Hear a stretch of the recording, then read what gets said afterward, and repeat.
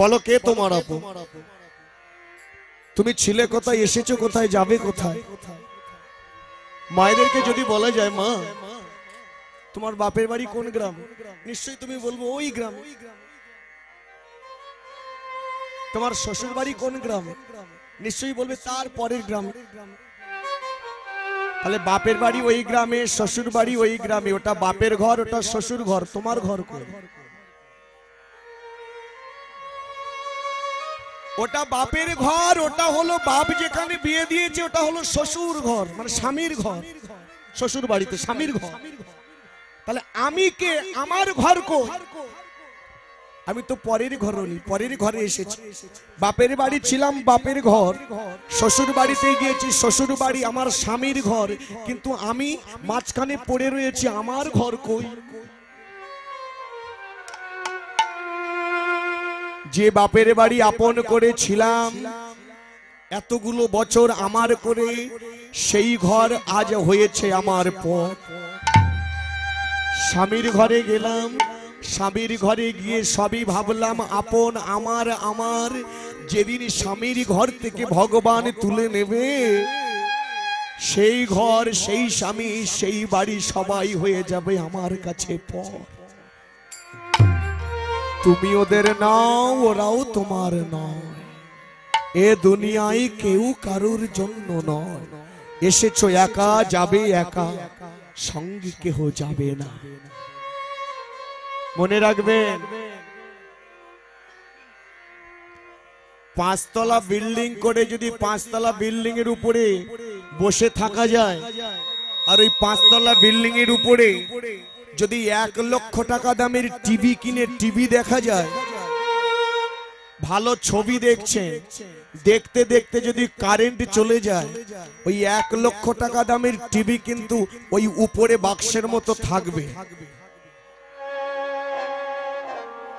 তাকে বিক্রিও করা যাবে না, ভেঙে দেওয়াও যাবে না। কেন? তবু মনে আশা আছে, কারেন্ট গেছে আবার কারেন্ট আসবে, থাকবে উপরে। কিন্তু টিভি দেখতে দেখতে যদি এই দেহটাই মনে করুন একটা টিভি, টিভি দেখতে দেখতে যদি দেহের ভিতর থেকে একবার কারেন্ট স্বরূপ গোবিন্দ বেরিয়ে যায়, টিভি থাকবে তবু কারেন্ট আসবে, কিন্তু 5 তলার উপরে আপনার দেহ থেকে যদি কারেন্ট স্বরূপ গোবিন্দ বেরিয়ে যায়, আপনার ছেলে, বউ, মেয়ে, আত্মীয় স্বজন ওই 5 তলার উপরে টিভির মতো কিন্তু আপনাকে আর রাখবে না। কেন? এ দেহ গলা পচা দেহ, এ দেহের আর কোনো দাম না।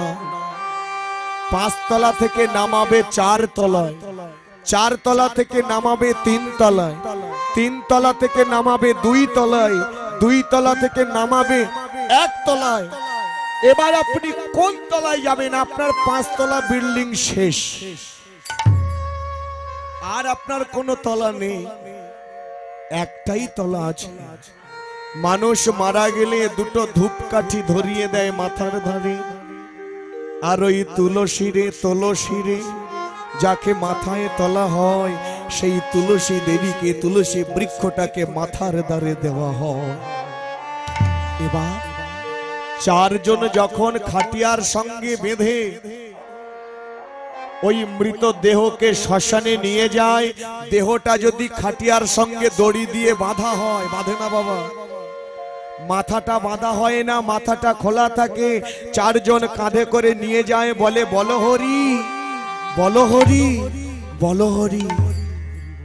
ওই মৃতদেহের মাথাটা দলা দিয়ে যেন ইশারা করে বলতে থাকে, ভাই রে, সারাটা জীবন আমি বলবো বলবো করে ভেবে এসেছি, কিন্তু বলা আমার হয়নি। আমার আয়ু সূর্য ডুবে গেছে, বলা হয়নি।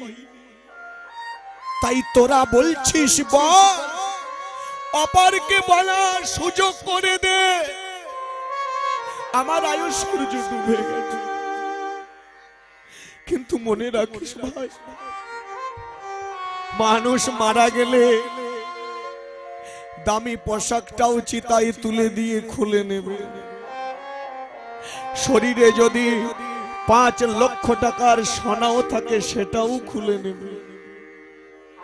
এসেছো যেমন যাবে তেমন, কেউ যাবে না। শুধু যাবে কি জানো, এই দেহের থেকে যদি প্রাণ চলে যায়, প্রাণে চলে যায়, প্রাণে চলে যায়, প্রাণে যাবে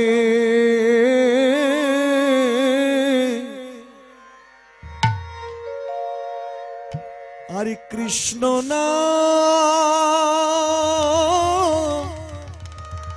যাবে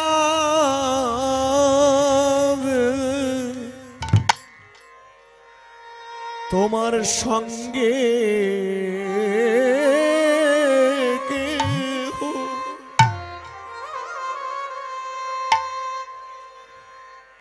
যাবে না,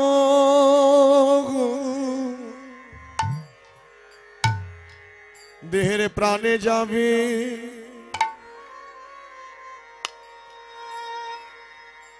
আরে কৃষ্ণ নাম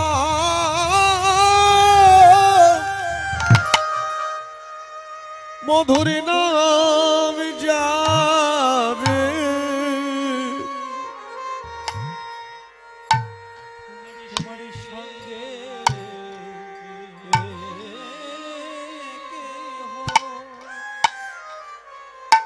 কেউ যাবে বাবা? হে কৃষ্ণ নাম যাবে, আর এই প্রাণ যাবে, দেহ পড়ে থাকবে।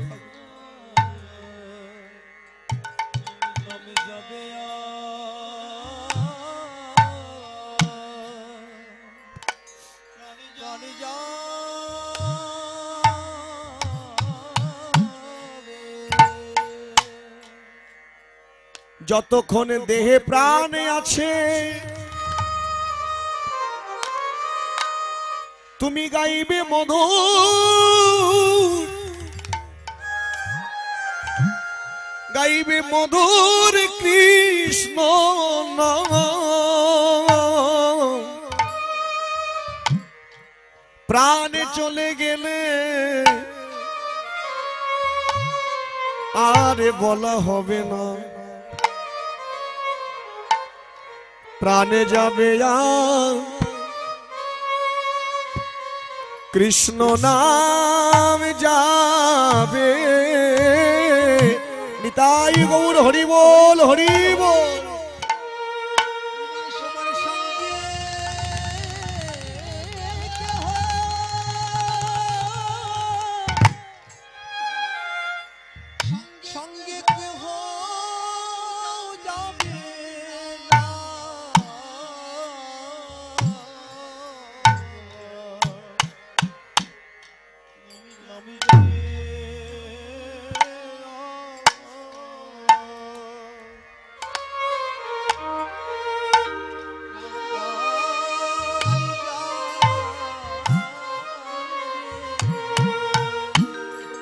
প্রভু, প্রাণ যাওয়ার আগে যদি আমি তোমায় ডাকি, বলো তুমি কি দিলে তুমি আমায় সাড়া বা দেখা দেবে। ভগবান কৃষ্ণ বলছে নারদ, সবাই যদি আমায় ডাকে আমি এমনি এমনি সাড়া দিব না, কিছু দিতে হয়। ভগবান কৃষ্ণ বলল দিতে হয় কি? যদি কোনো ভক্ত আমার,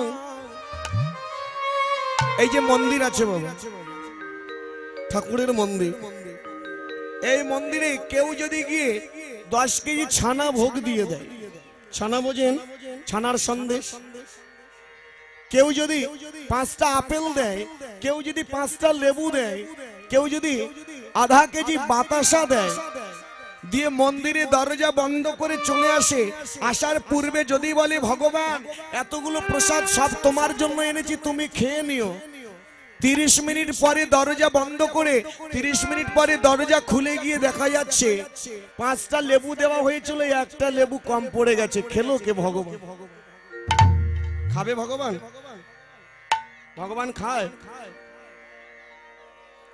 5টা আপেল দেওয়া হয়েছে, একটা আপেল খেয়ে নিয়েছে, 4টে আছে। যেমন 5টা দেওয়া হয় তেমনি ফেরত পায়। 500 বাতাসা যদি দেওয়া হয়, আবার দাড়ি পাল্লায় ওজন করলে 500 পাওয়া যাবে। এগুলো ভগবান খাবে না। তাহলে ভগবান যেটা খায়, ভগবান ভালো জামা কাপড় পরতে চায় না, ভালো জায়গায় থাকতে চায় না, ভালো কিছু খেতে চায় না। ভগবান শুধু চায় তোরা একটু হরি নাম কর, কৃষ্ণ নাম কর, আমি শুনবো। আর আমি যেটা খাই সেটা হলো মানুষের ভক্তের ভিতরে যদি কোনো অহংকার থাকে, সেই অহংকারটা আমি গ্রাস করি, অহংকারটাকে আমি খেয়ে নিই। তাই গৌর হরি বল। কিন্তু উদ্দেশ্য করে ভগবান বলছে, যদি কেউ আমায় 10 কেজি ছানার সন্দেশে আমার চরণে অর্পণ করে দিয়ে ডাকে, আমি তার ডাকে আমি আগে সাড়া দেব। নারদ মৃদু হেসে বলছে, ও কৃষ্ণ, যদি সে গরিব মানুষ হয়, অতি দরিদ্র, খেটে খাওয়া মানুষ, কদাল কুপিয়ে খা, সে যদি 10 কেজি কিনতে না পারে, বলেন আমার 10 কেজি লাগবে, বেশ, সে 10 কেজি ছানা কিনতে পারলো না, তোমার চরণে নিবেদন করতে পারলো না, কিন্তু তোমাকে ডাকছে, তুমি তো ভগবান, তুমি কি সাড়া দেবে না? ভগবান বলছে, নারদ, আমি তার ডাকে সাড়া দেব, কিন্তু ওই 10 কেজি ছানায় আমার লাগিবে না। নারদ বলছে, ও তুমি বোধহয় আর সাড়াও দেবে না। না, সাড়া দেব, তবে আমার মালা পরতে আমি ভালোবাসি। কেউ যদি একটা কাঁচা ফুলের মালা গেঁথে আমার গলায় পরায়ে দেয়, আমি তার ডাকে সাড়া দেব। নারদ বলছে, প্রভু গো, যে মালা গেঁথে তোমার গলায় পড়াবে, এখানে মনে করুন 30টা ফুল আছে, তাহলে এই 30টা ফুল মালা গাঁথতে গিয়ে সূচ লেগেছে, সুতো লেগেছে, একটা সময় তো লেগেছে, 5 মিনিট হলেও। নারদ বলছে, প্রভু, যে ফুলের মালা গেঁথে তোমার গলায় পড়াবে, সেই ফুলের মালা গাঁথার যে সময়টুকু, সে সময় দিয়ে গাঁথবে, সেই সময়টুকু যদি তার না থাকে, সে মালা গাঁথতে পারলো না, তোমার গলায় পরাতে পারলো না, তথাপি তোমাকে ডাকছে, বলো তুমি কি সাড়া দেবে না? সে তোমার গলে দিতে পারলো না, কিন্তু তোমাকে ডাকছে। ভগবান বলছে, শোনো নারদ, আমার ছানা লাগবে না, মালা লাগবে না, কি লাগবে জানো? যদি কোনো ভক্ত 2টি তুলসী পাতা আর একটু গঙ্গার জল, তুলসী গাছ, তুলসীর পাতা আর একটু গঙ্গার জল যদি আমার চরণে অর্পণ করে দেয়, আমি সেই ভক্তের ডাকে সাড়া দেব। এই জায়গায় যে প্রকৃত ভক্ত হয়, নারদ দুহাত দূরে সরে গিয়ে বলছে, প্রভু,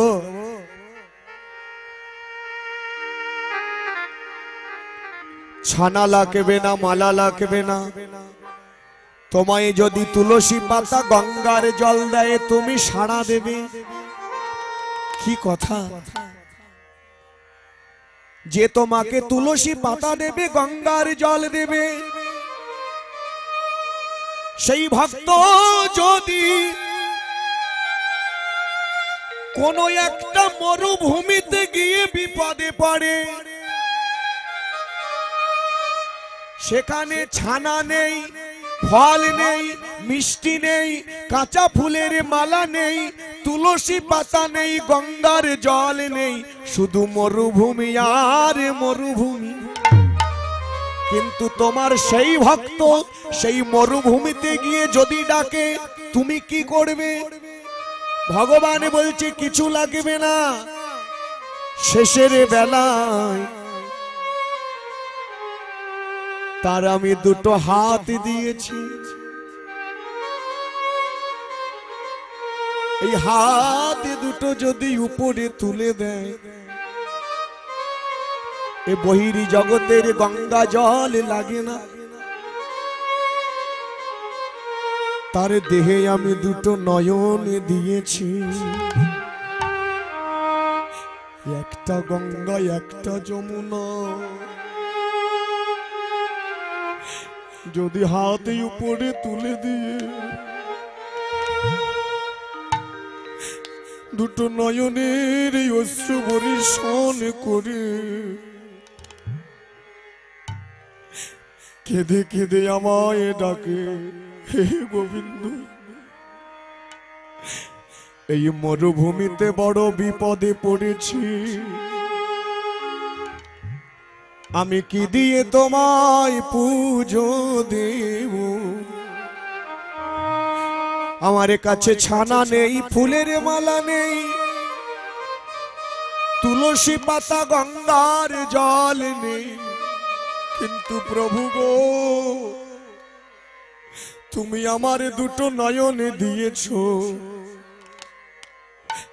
আমি চোখের জলে তোমার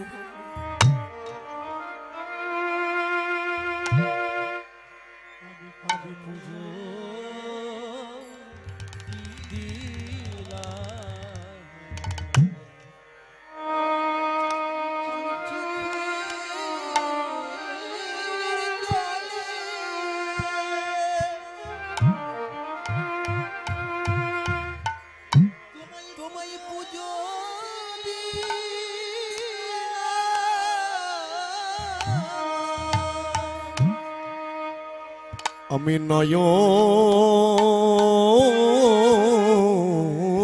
জলে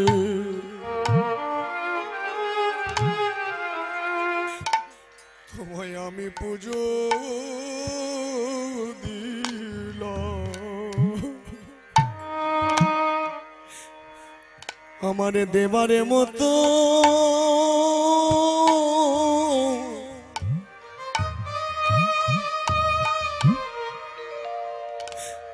আমার আর কিছু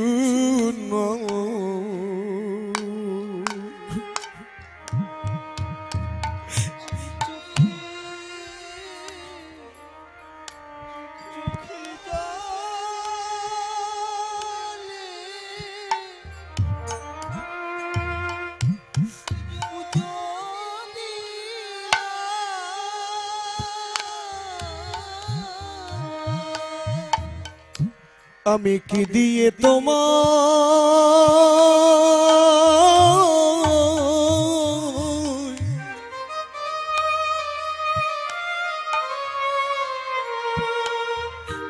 আমি সেবা দেব?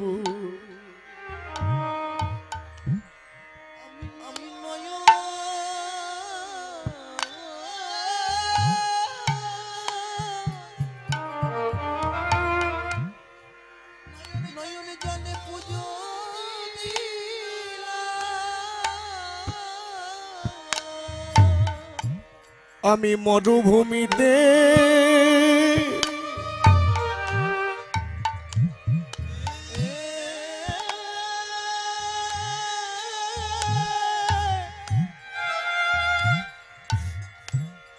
বড় বিপদে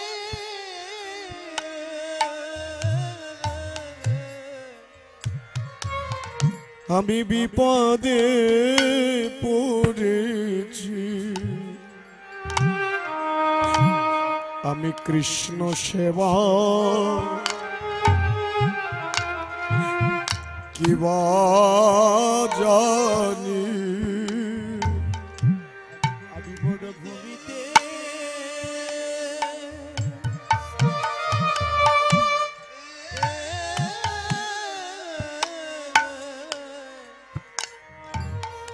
বড় বিপদে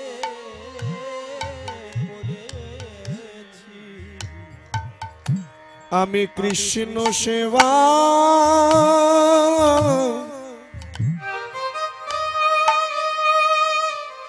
আমি কি বা জানি, হা গোবিন্দ তোমার হলাম বলে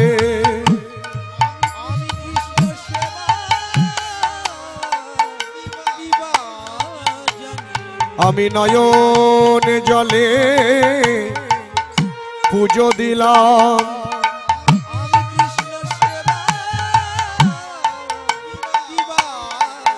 আমি চোখের জলে তোমায় পুজো দিলাম,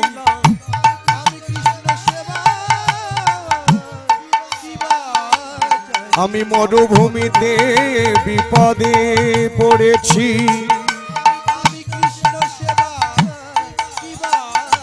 হা কৃষ্ণ তোমার হলাম বলে, আমি কৃষ্ণ সেবা দেবার কিছুই নাই আমার, গোবিন্দ তোমার হলাম বলে, কি দিয়ে আমি তোমায় সেবা দেব, হা কৃষ্ণ তোমার হলাম বলে, হা কৃষ্ণ তোমার হলাম বলে, উলুর ধ্বনি হরিব।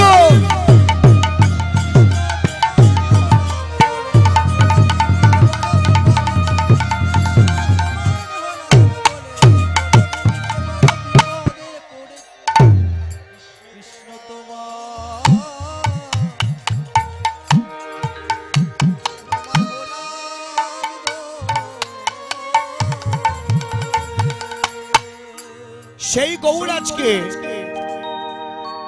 সেই কৃষ্ণ গৌর হয়ে এসে আজকে নবদ্বীপের তীরে দাঁড়িয়ে দাঁড়িয়ে কাঁদছে, চোখের জল ঝরিয়ে। আর গৌরের কাঁদা বদন দর্শন করে গৌরীদাস পণ্ডিত ধীরে ধীরে গিয়ে বলছে, প্রভু ও প্রভু,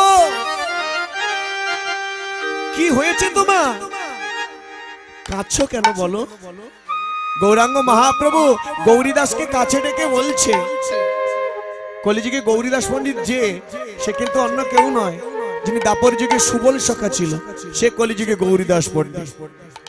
গৌরীদাস পণ্ডিতকে কাছে ডেকে হাতটা ধরে বলছে, তুমি হে মরম সখা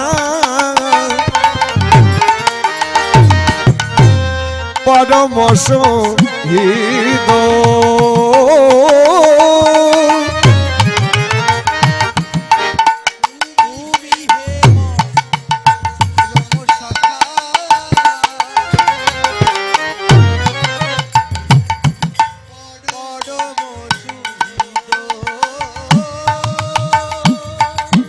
মনের কথা প্রাণের ব্যথা তোমাকে বিদিত,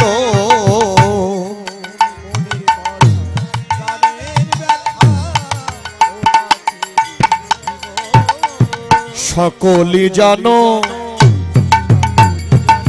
মনের কথা, সকলি জানো আমি কাকে বলবো মনের কথা, মনের কথা সকলি জানো, বলি তুমি আমার মরম সখা পিতাই গৌর হরিব,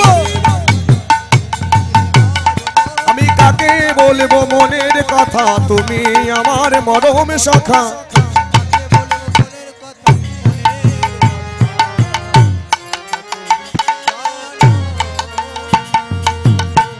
তুমি হে মরম সখা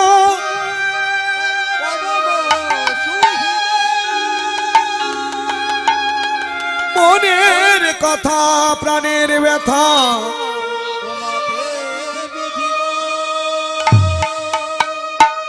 হাতে ধরে বলছে, হে প্রভু কি হয়েছে তোমার, অন্তত আমাকে বলো, আমি তো যদি তোমার সখা হই, তোমার মনের কথা প্রাণের ব্যথা আমাকে যদি বিদিত হয়, আমি যদি সব কিছু জানি, তাহলে আমাকে খুলে বলো। তখনই গৌরাঙ্গ মহাপ্রভু বলছে, গৌরীদাস তোমাকে সবই বলবো, শোনো শোনো আমার কি হয়েছে জানো, সে কথা আমার মনে আছে কিন্তু মুখে আসছে না। যেটা দাপরে কৃষ্ণ সুবলকে বলেছিল, সেই কৃষ্ণ গৌর হয়ে কলিযুগে এসেছে আর সুবল গৌরীদাস হয়ে এসেছে। তাকে গৌরাঙ্গ মহাপ্রভু বলতে পারছো না, মনে আছে, লজ্জা পাচ্ছে। কি করে বলবো কথাটা? পুরাবের ভাবে বিভাবিত হয়ে বলছে, তুমি তো আর কেউ নও, তুমি তো দাপরের সুবল, তুমি তো সবই জানো আমি কেন কাঁদছি। রাধা কুন আহা, সুরধনির তীরে মহাপ্রভু কাঁদছে আর কাঁদছে আর রাধা নাম জপ করছে, কৃষ্ণ নাম নয়, রাধা নাম জপছে। কেন রাধা নাম জপছে? ভগবান শ্রীকৃষ্ণের তিনখানা গুরু ছিল, শিক্ষা গুরু, দীক্ষা গুরু আর একটা গুরু ছিল প্রেমদানের গুরু। তাহলে শিক্ষা গুরুর কথা নয়, দীক্ষা গুরুর কথা নয়, কৃষ্ণ প্রেমদানের গুরু জপ করছে, গুরুর নাম জপ করছে। আর প্রেমদানের গুরু যে, তার নামটাই রাধা, সেই রাধা নাম জপ করছে সুরধনির তীরে। রাধা নাম জপ করছে আর কাঁদছে, অবিরত ধারা বইছে। রাধা নাম জপে গোরা পরম যতনে, পরম যতনে,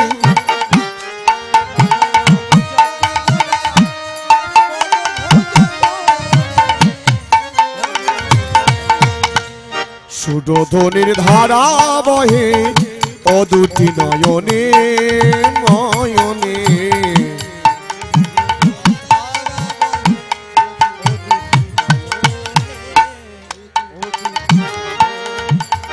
সুরধনির তীরে মহাপ্রভু রাধা নাম জপ করছেন, কাঁদছেন। আর রাধা কথা ভাবছে, কাঁদছে বলে গৌরাঙ্গ মহাপ্রভুর সারা দেহ, সারা শরীর রাধা বিরহে, রাধা প্রেমে অবশ হয়ে গেছে।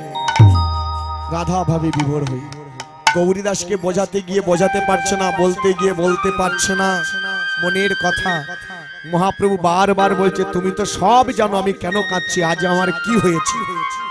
সেই কথাটা গৌরাঙ্গ মহাপ্রভু যেমন বলছে, ঠিক তেমনি বৃন্দাবনে দাপর যুগে কৃষ্ণ সুবলকেও বলতে চাইছিল। চলুন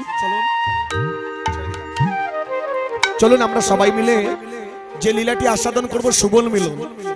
কি করে সুবল সখা রাধারানীকে এনে কৃষ্ণের সঙ্গে দাঁড় করিয়ে কৃষ্ণের সঙ্গে রাধা কুণ্ডে মিলন করিয়েছিল, সেই ঘটনাটা আমরা ঘটকালি করব। সুতরাং সেই পদগুলো আমরা আস্বাদন করব। তার জন্য যেতে হবে আমাদের বৃন্দাবনে। ভক্তমণ্ডলী মায়েরা, কারা কারা বৃন্দাবনে যাবেন না উলুধ্বনি দেন। আচ্ছা বন্ধ করুন, এরকম করতে নেই। দাঁড়ান দাঁড়ান দাঁড়ান। যারা মন্দিরের সিঁড়িতে বসে উলুধ্বনি দিচ্ছে, এদের উলুধ্বনির জোরটাই আলাদা। উপরে বসে দিচ্ছে তো খুব জোরে আসছে। আমি বললাম কারা যাবেন না উলুধ্বনি দেন। এখানে আমার দুঃখ লেগে মনে হয় ঠিকঠাক আপনাদের বোঝাতে পারছি না, একটু বোঝার চেষ্টা করুন মায়ের। আচ্ছা এইবার কারা কারা যাবেন উলুধ্বনি দেন।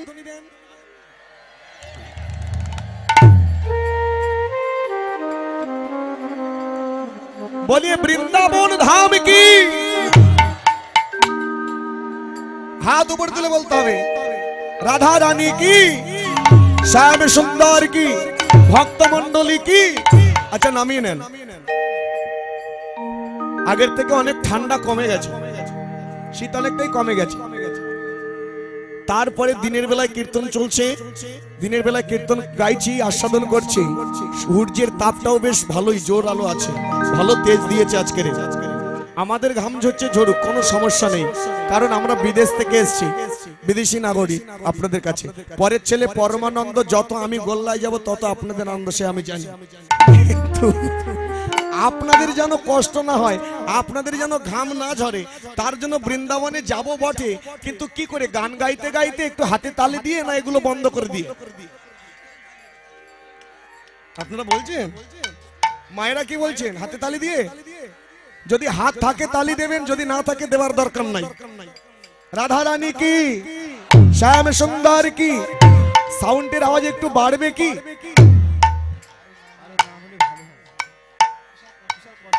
সত্যি কথা বলতে দাদা, আমি যেদিন ভারত থেকে এসেছি সেদিন থেকে লাগোয়া কীর্তন চলছে। একটা দিনও ফাঁকা নাই। যদি কেউ বলে দাদা ফাল্গুন মাসে আপনার ফাঁকা আছে, বুক করা যাবে, পায়ে ধরে মিনতি করে বলবো আসবেন না। একদিনও গ্যাপ নাই। কি করব, মানে গলা ফিউজ চলে গেছে। তাই উপরের ভগবান, নিচের সাউন্ডম্যান, তবে হবে কীর্তন। আপনার উপরেই আমার ভরসা। একটু লক্ষ্য করুন, চলুন বৃন্দাবনে যাও।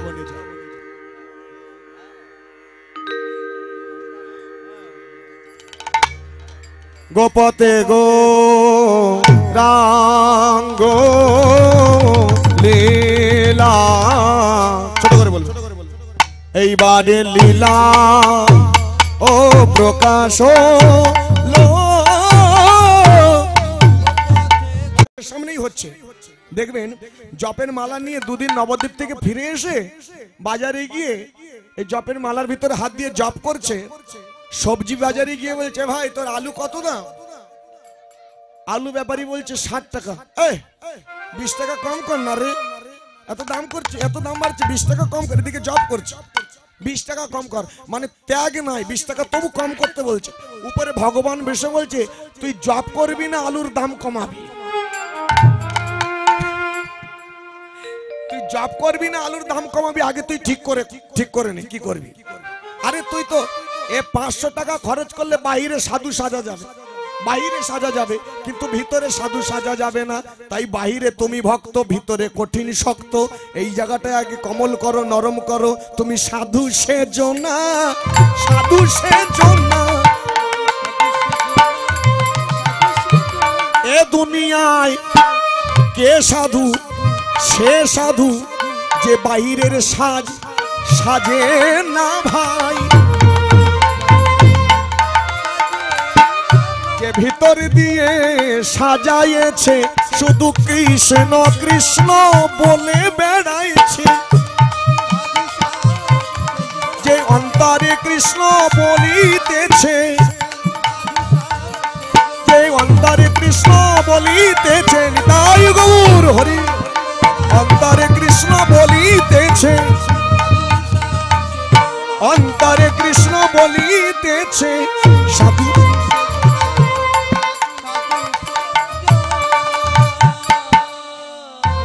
কথাটা কিন্তু বাবা দু রকম আছে, একটা বাইরের জগৎ, ভিতরের জগৎ। বলা হচ্ছে সাধু সেজো না, সাধু সেজো না। যে রকম সাধু সাজলে, যে সাধু সাজলে তুমি সাধু গুরু ব্রাহ্মণ বৈষ্ণব সন্ত ভক্তের চরণধুলি পাবে, কৃপা পাবে, গৌর গোবিন্দের কৃপা পাবে, সেই সাধু সাজো। সাধু সেজো না বাইরে, তুমি এই সাধু সেজো না। এটা যেমন বলা হলো, আর একটা কথা বলা হলো সাধু সেজো না, সেই সাধু হতে পারে যে ভিতর থেকে পরিষ্কার। কমল, কমল মানে হলো নরম, নির্মল, নির্মল মানে হলো পরিষ্কার। যার হৃদয় পরিষ্কার, মন পরিষ্কার, বাহিরের সাজ সাজে না। ও জানে বাহিরে সেজে আমার লাভ কি, ভিতরে যদি ময়লা থাকে বাহিরে সেজে কোনো লাভ নাই। তাই মন পরিষ্কার করে, দেহ পরিষ্কার করে, চিত্ত শুদ্ধ করে যদি গুরুচরণ আশ্রয় করে জপ করে, কৃষ্ণ বলে, কৃষ্ণ কৃপা হবে। তাই সুবাল রে, এ ভব সংসারে শুধু সেজে গেলাম, সবাই সেজে গেল। সংসার, সং মানে হলো সাজা, সার মানে হলো গোবিন্দ চরণে করো সার। এই সংসারের মানেই হলো, সংসার মানে হলো, সং মানে হলো সাজা। নাট্য রঙ্গ মঞ্চে শুধু সেজে অভিনয় করে গেলাম, যার যেমন অভিনয় পড়ছে অভিনয় করছে। এ সংসারে যার যেমন চরিত্র রয়েছে সেই চরিত্রের অভিনয় করছে। বাবা বাবার মতো, মা মায়ের মতো, ছেলে ছেলের মতো, বোন বোনের মতো, যাকে যেভাবে সংসারে অভিনয় করতে দেওয়া হয়েছে অভিনয় করছে। এই সংসারের ভিতর দিয়ে সারকে আশ্রয় করতে হবে। সেই সারটা হলো নিতাই চরণ করো সার, গৌর চরণ করো সার, গোবিন্দ চরণ করো সার। এখান থেকে ভগবানকে ডাকা যাবে সংসারের মধ্য থেকে। সংসারের মধ্য থেকেই ভগবানকে ডাকা যাবে। সেইভাবে তোমাকে, যেমন দেখবেন পুকুরে জল থাকে, পুকুরে অনেক পাক, বোঝেন তো, মানে মাটি অনেক থাকে, সেই মাটির ভিতরে একটা মাছ থাকে ওই পাকের ভিতরে, অথচ সেই মাছের কিন্তু শরীরে সেই কাদা লাগে না, তাকে পাকাল মাছ বলা হয়। সে অথচ মাটির ভিতরে, পাকের ভিতরে, নরম কাদার ভিতরে আছে, অথচ তার শরীরে কাদা লাগছে না। জেলে যদি জাল ফেলে, যিনি মাঝি, যিনি মাছ ধরে, যদি জাল ফেলে, দূরে যে আছে সে জালে পড়বে, কিন্তু সেই পুকুরের এমন কোন যদি বুদ্ধিমতী মাছ থাকে, দূরে জাল পড়ছে সেখানে থাকলে জালের ভিতরে পড়বে, আর সে যদি যে জাল ফেলছে তার যদি পাশে ঘোরাঘুরি করে, জাল তার কাছে পড়ছে না, দূরে পড়ছে, যদি তার পায়ের কাছে ঘোরে, চরণের কাছে ঘোরে, তাহলে সে জালের বাইরে থাকবে। তত্ত্বদর্শী বলল, সংসারে থাকো, পাকাল মাছ যেমন পাকের ভিতরে থাকে, গায়ে শরীরে পাকে লাগে না, ঠিক তেমনি এই সংসারে থাকবে, কৃষ্ণ বলবে, কর্ম করবে, সবার সাথ দেবে, তুমিও স্বাদ নেবে, কিন্তু তুমি ভিতরে থেকে গোবিন্দ বলবে, কৃষ্ণ বলবে, কোণে আর বনে শুধু ভজন করবে, ভজনিতাই ভজনিতাই, হরি হরি বল, হরি বল, তুমি ভজনিতাই ভজনিতাই, তুমি ভজনিতাই,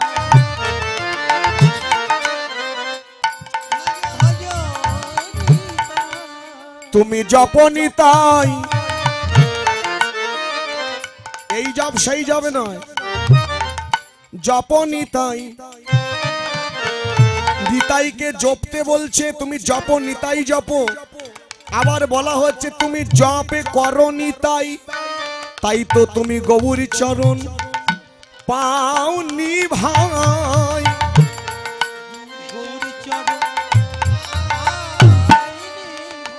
তুমি জপ নিতাই, নামে জপে করো নিতাই, নামে জপে করো নিতাই, গৌর চরণ পাও নাই, নিতাই চরণ পাও নিতাই। বলি হরি হরি হরি বলে একবার উলুর ধ্বনি, হরি বল, হরি হরি হরি হরি বলে জপনিতাই।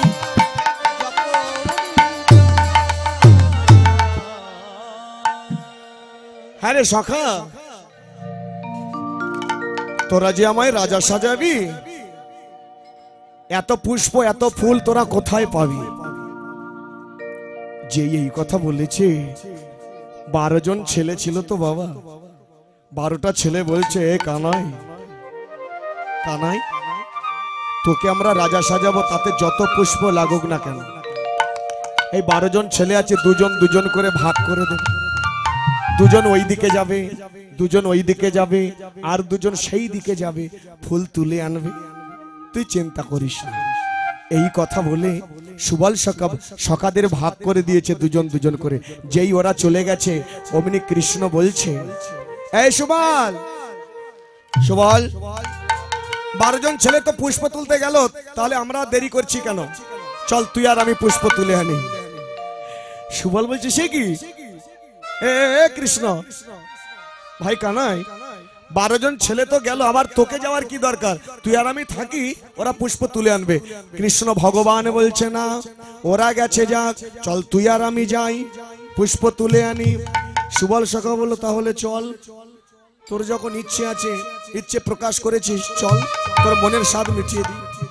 সুবল সখাকে নিয়ে কৃষ্ণ চলেছে বৃন্দাবনের পথে ধরে, সুবল করিয়া সঙ্গে বিপিন বিহারী রঙ্গে, সুবল করিয়া সঙ্গে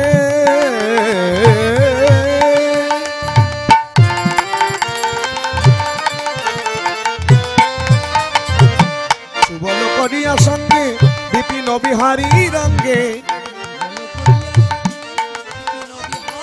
রস রসময় বিদগ দুশ্যাম আরে কিবা রসময় বিদগ দুশ্যাম আরে কিবা নেচে নেচে চলেছে সুবল সখার সঙ্গে করে নেচে নেচে চলেছে বৃন্দাবনের পথ ধরে নেচে নেচে চলেছে রসিকেন্দ্র চূড়ামণি নেচে নেচে চলেছে সুবল করিয়া সঙ্গে বিপিন বিহারী রঙ্গে রসময় বিদগদ শ্যাম। সুবল সখাকে নিয়ে কৃষ্ণ যাচ্ছে বৃন্দাবনের পথ ধরে নানান ধরনের রসের কথা বলতে বলতে সেই নানান রসের কথা বলতে বলতে সুবল সখাকে নিয়ে যাচ্ছে বলছে সখা সবাই গেছে তুই আর আমি যাচ্ছি পুষ্প তুলতে কিন্তু মনে রাখিস যে বৃক্ষ থেকে যে ফুল গাছের থেকে ফুল তুলবো বলতো সুবল কিছু কিছু ফুল গোবিন্দের পুজোয় লাগে আবার কিছু ফুল শ্মশানে যাচ্ছে কিছু ফুল মৃতদেহের শরীরে যাচ্ছে আবার কিছু ফুল বিয়ে বাড়িতে যাচ্ছে অথচ একটা গাছ থেকে ফুল তোলা হচ্ছে একটা গাছ থেকে ফুল তোলা হলো কোন ফুল বিয়ে বাড়ি যায় কোন ফুল শ্মশানে যায় কোন ফুল গোবিন্দ চরণে যায় আবার কোন ফুল দেখ মৃতদেহের সঙ্গে খাটিয়ার সঙ্গে মালা করে দেওয়া হয় সেই মালা চলে যাচ্ছে আজকের যে কোন ফুলে আমায় সাজাবি সেই ফুলে আমায় রাজা সাজাবি ভাইরে খুবই আনন্দের কথা খুবই আমার আনন্দ হচ্ছে এ সংসারে তো সবাই সাজলো তোরও সংসার আমার বাড়িতে আমারও বড় সংসার আমি হলাম গোয়ালার ছেলে এ বৃন্দাবনে গরু বাছুর চড়াই সন্ধ্যা হয়ে গেলে আবার ওই সংসারে ফিরে যাব কিন্তু ভাইরে আজ বৃন্দাবনে তোরা আমায় রাজা সাজাবি যে সুখ যে আনন্দ আমি পাচ্ছি এই সখ্য রসের প্রেমটা বাড়িতে গেলে বাসায় গেলে ঘরে ফিরে গেলে আর পাওয়া যাবে না সেই সংসারটা কেমন জানিস মানুষ এখানেই ভুলে রয়েছে মায়ার সংসারে মায়া মোহে ডুবে গিয়ে মায়ার বালিশ মাথায় দিয়ে গোবিন্দ গৌর ভগবান গোবিন্দকে ভুলে গিয়ে সাধু গুরু বৈষ্ণব ভক্তকে ভুলে গিয়ে মায়ার সংসারে ডুবে রয়েছে সে সংসারটা ভাবে এটা আমার দারুণ সংসার কিন্তু সে জানে না সেই দারুণ সংসারে মাথার উপরে কাল সর্প ঝুলছে কখন কার কোন সময় মৃত্যু হবে এটা জানে না বলুন আজকের আমরা কীর্তন শুনছি গাইছি বটে কেউ আমরা হাত তুলে বলতে পারবো না যে আমার বাঁচার মেয়াদ আছে এই কয়েকদিন এই দিন এই সময় এত ঘন্টায় এত সেকেন্ডে এত মিনিটে মৃত্যু হবে বলতে পারবো না ইচ্ছে থাকে আশা থাকে প্রকাশ করতে পারি না আমি অনেক দিনই বাঁচবো কদিনই বাঁচবো বলতে পারবো না কিন্তু একজনের মৃত্যুর দিন বাঁচার দিন নির্ধারিত ছিল সে হলো আর কেউ নয় রাজা পরীক্ষিত তার বাঁচার মেয়াদ ছিল 1 সপ্তাহ 7 দিন তারপরে মৃত্যু হলো পরীক্ষিতের বাঁচার দিন ছিল 7 দিন তবু সে 7 দিন বেঁচেছে কিন্তু আমরা কীর্তন শুনছি ভগবান চাইলে 7 সেকেন্ডের মধ্যে এখানেই নিতে পারে বাঁচা চলা কথা বলা বাচন ভঙ্গি যা কিছু সবই সেই উপরের হাত রাখে হরি মারে কে মারে হরি রাখে কে হরি যদি রেখে দেয় কেউ মারতে পারে না আর হরি যদি মারে কেউ ধরেও রাখতে পারে না মানুষ মানুষকে ধরে রাখতে পারে না কিন্তু মানুষের ভিতরে ভগবান। আর যারা মূর্খতার পরিচয় দেয় যে আমার ভিতরে ভগবান আছে মানে আমি ভগবান, ভুল হয়ে যাবে। মানুষ ভগবান হতে পারে না, মানুষের ভিতরে ভগবান। এই জন্য ভগবান বলল, তুমি যদি কৃপা লাভ করতে চাও, ভক্ত হতে চাও, জ্ঞানী হতে চাও, জ্ঞানী হতে গেলে জ্ঞানী মানুষের সঙ্গ নাও। ভক্ত যদি হতে চাও, ভক্ত সঙ্গ নাও, ভক্ত সঙ্গ করো। সাধু যদি হতে চাও, গুরু সঙ্গ করো, সাধু গুরু সঙ্গ করো। দেখো একটু একটু করে তোমার জীবন বদলে যাবে, নিজেই বুঝতে পারবে না। মানুষের ভিতরে ভগবান, কিন্তু মানুষ ভগবান হতে পারে না। মানুষ যদি ভগবান হতো তাহলে মানুষ মানুষকে ধরে রাখতে পারত, কিন্তু সেই জায়গা থেকে বঞ্চিত। তাই এই ভব সংসারে সবার সংসার আছে, সবাই সংসারী, কিন্তু এই সংসারে এই ব্যাখ্যা দিতে গিয়ে মনে পড়ে যায় কাল সর্প মাথার উপরে ঝুলছে, দারুণ সংসারে এসব চরিত্র দেখিয়া।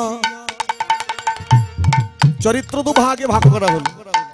যেমন এ সংসারে এক একজন এক এক ভাবে অভিনয় করছে। যে বাবা, বাবার অভিনয়, মা, মায়ের অভিনয়, ভাই, ভাইয়ের অভিনয়, বোন, বোনের অভিনয়। এক একজনের এক একটা চরিত্রে সে অভিনয় করছে। কিন্তু সেই চরিত্রের মধ্যে কিছু মানুষের আছে চরিত্র ভালো নয়। সে চরিত্রটা কি? দারুণ সংসারে এসবে চরিত্র দেখিয়া আমার পরাণে লাগিছে ভয়।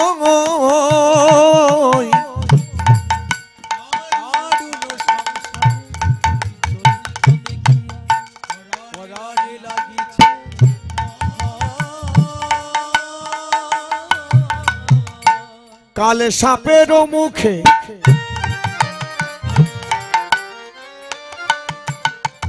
সপিয়া রয়েছি, না জানি কখন কি হয় রে মন, না জানি কখন কি হয়। হরি হরি বল, হরি বল।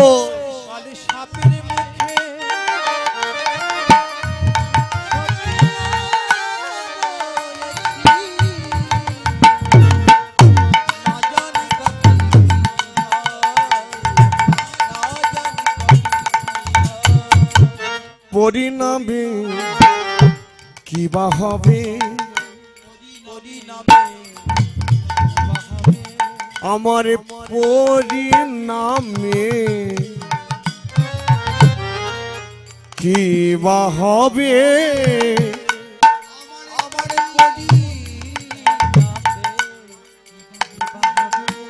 কাল সর্প ঝুলিয়া রইয়াছে, সেই সাপের মুখে মোরা সপে আছি, পরিণামে কি বা হবে।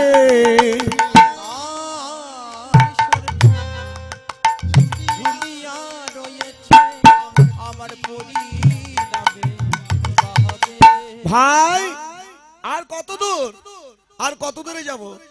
সুবল বলছে কানাইকে, হ্যাঁ রে কৃষ্ণ, তুই যে কথাগুলো শোনাচ্ছিস ভালোই, কিন্তু আর কত দূরে যাব? সকালে চলে আসবে তো পুষ্প চয়ন করে। বলে আর একটু এগিয়ে চল। যেই এগিয়ে গিয়েছে ভগবান কৃষ্ণ সুবলকে নিয়ে গেল কোথায়? বৃন্দাবনে রাধা কুণ্ডের তীরে। যে রাধা কুণ্ডের তীরে গিয়েছে, ভগবানের চরণ স্পর্শ করা মাত্রই রাধা কুণ্ডের তীরে যত গুল্ম আদি বৃক্ষ তরু লতা ছিল সবাই নবপল্লবে পল্লবিত হয়ে উঠেছে। কেন? গোবিন্দের চরণ পড়েছে রাধা কুণ্ডের তীরে। যার চরণ ঋষি মুনি গন্ধর্ব কিন্নর নাগ যোগী যারা যোগে পায় না, ধ্যানী যারা ধ্যানে পায় না, সেই চরণ রাধা কুণ্ডের তীরে পড়েছে। যত গুল্ম আদি তরুলতা বৃক্ষ ছিল সবাই নবপল্লবে প্রস্ফুটিত হয়ে উঠেছে। একেবারে মাথা যেন উঁচু করে দাঁড়িয়েছে, আনন্দে বিভোর।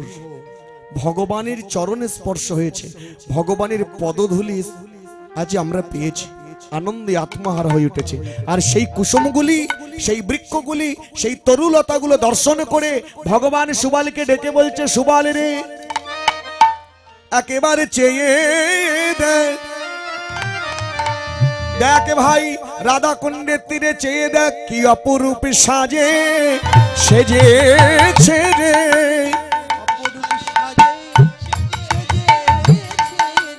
অপরূপ সাজে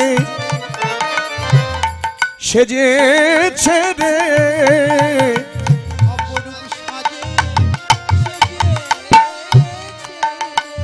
এই রাধা কুণ্ডের, রাধা কুণ্ডের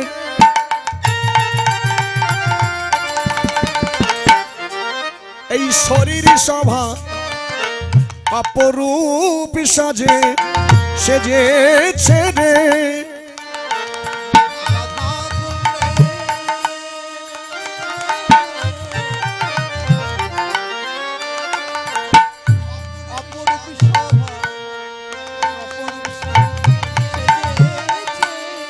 তুই নয়ন ভরে দেখে নে রে,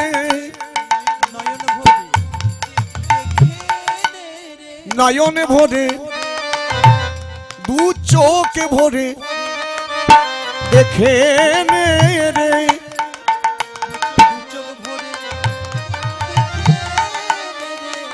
এমন সভা দেখি নাই রে ভাই রে আমার প্রাণের সুবল, ভাই রে আমার প্রাণের সুবল, ভাই রে আমার প্রাণের সুবল। নয়ন ভরে দেখে নে রে।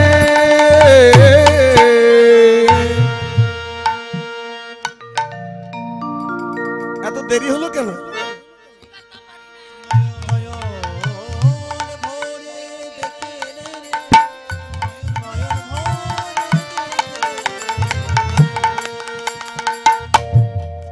যাবার সময় মালা পরিয়ে দিলে মা, এ মালার বড় জ্বালা, হে মালার বড় জ্বালা।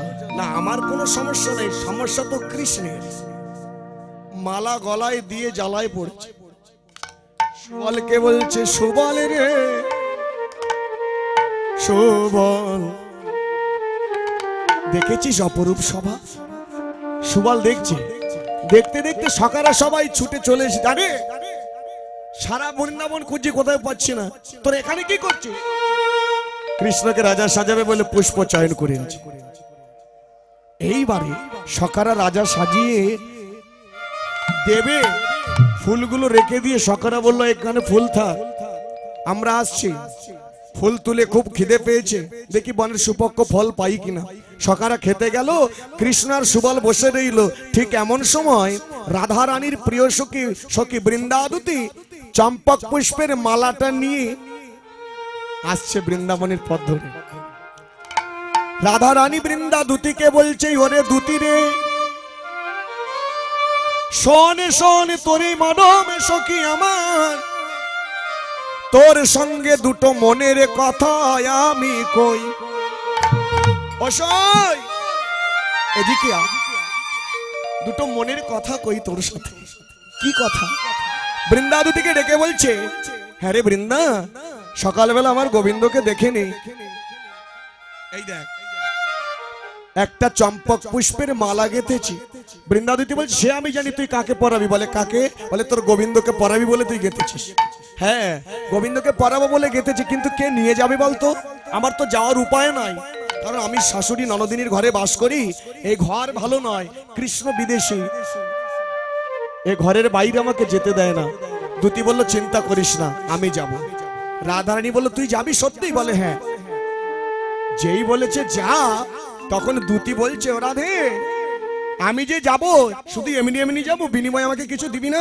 তোর কাজে যাব, তোর উপকারে যাব, তোর উপকৃত করতে যাব, তার বিনিময়ে তুই আমাকে কিছু দিবি না? রাধারানী বলছে, ভাই রে সখী রে, আমার কি আছে আমি তোকে দেব? তবে আমি যে রাধা, আমাকে সবাই বলে রাজ দুলালি, আমার গলায় একটা গজমতি হার আছে। বৃন্দাবতী বলছে, হ্যাঁ এ তো অনেক দাম, কয়েক লক্ষ টাকা দাম এ গজমতি হার। বলে এই গজমতি হার আমি তোকে দিয়ে দেব। বৃন্দাবতী বলছে অত বড় হার আমার লাগবে না, ও আমার গলায় শোভা পাবে না। অত বড় গজমতি হার যদি আমাকে দিস, আমার শোভনীয় না, আমার শোভা পাবে না। দরকার নেই রাধা, এই গজমতি হার তোর কাছে থাক। এই গজমতি